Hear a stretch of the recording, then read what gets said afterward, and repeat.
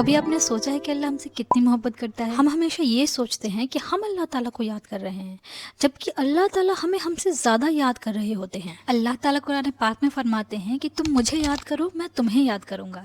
तो सोच के देखिए कि जब हम अल्लाह को सोच रहे होते हैं ना, तो अल्लाह भी हमारे बारे में सोच रहे होते हैं। रसूलुल्लाह सल्लल्लाहु ताला अलैहि वसल्लम ने फरमाया कि अल्लाह ताला फरमाते हैं कि जब मेरा बंदा मुझे अपने दिल में याद करता है तो मैं भी उसे अपने दिल में याद करता हूँ, और जब वो मेरा जिक्र लोगों से करता है तो मैं उससे बेहतर मजलिस में उसका जिक्र करता हूँ। यानी अल्लाह ताला फरिश्तों से हमारी बात कर रहे होते हैं। सोचिए ज़रा, जब हम अल्लाह ताला के बारे में ज़मीन पे बात कर रहे होते हैं तो वहाँ कहीं दूर आसमानों पे फरिश्ते हमारे बारे में सुन रहे होते हैं। और अल्लाह ताला का प्यार हमारे लिए इतना ज़्यादा है कि रसूलुल्लाह सल्लल्लाहु ताला अलैहि वसल्लम ने फरमाया कि अल्लाह ताला हमें 70 माओं से भी ज़्यादा मोहब्बत करते हैं। कुछ और मज़ेदार बातें बताऊँ?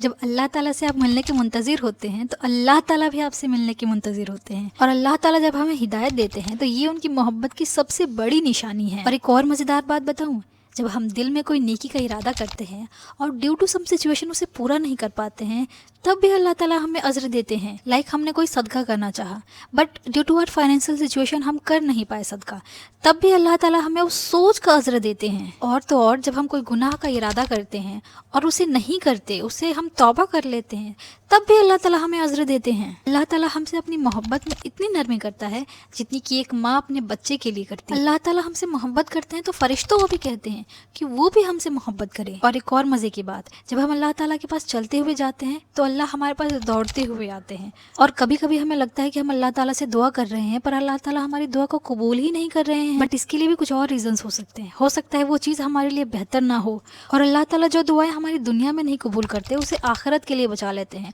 और आखिरत में इसका इतना अज़्र देते हैं कि हम लोग सोचते हैं कि काश हमारी दुनिया में कोई दुआ कबूल ही नहीं हुई होती, क्योंकि आखिरत में उसका अज़्र इतना ज़्यादा है और उसकी ज़रूरत भी हमें वहाँ पे बहुत ज़्यादा है। तो हम सोचते हैं कि काश हमारी कोई दुआ दुनिया में कबूल ही नहीं हुई होती। तो कभी आपको लगे कि अल्लाह ताला हमारी दुआ कबूल नहीं कर रहे हैं तो ये मत समझना अल्लाह ताला आपको भूल गए हैं, बल्कि ये समझना कि अल्लाह ताला आपकी दुआ को सुनना पसंद करते हैं। और कभी भी मायूस मत होना, क्योंकि मायूस होना कुफ्र है।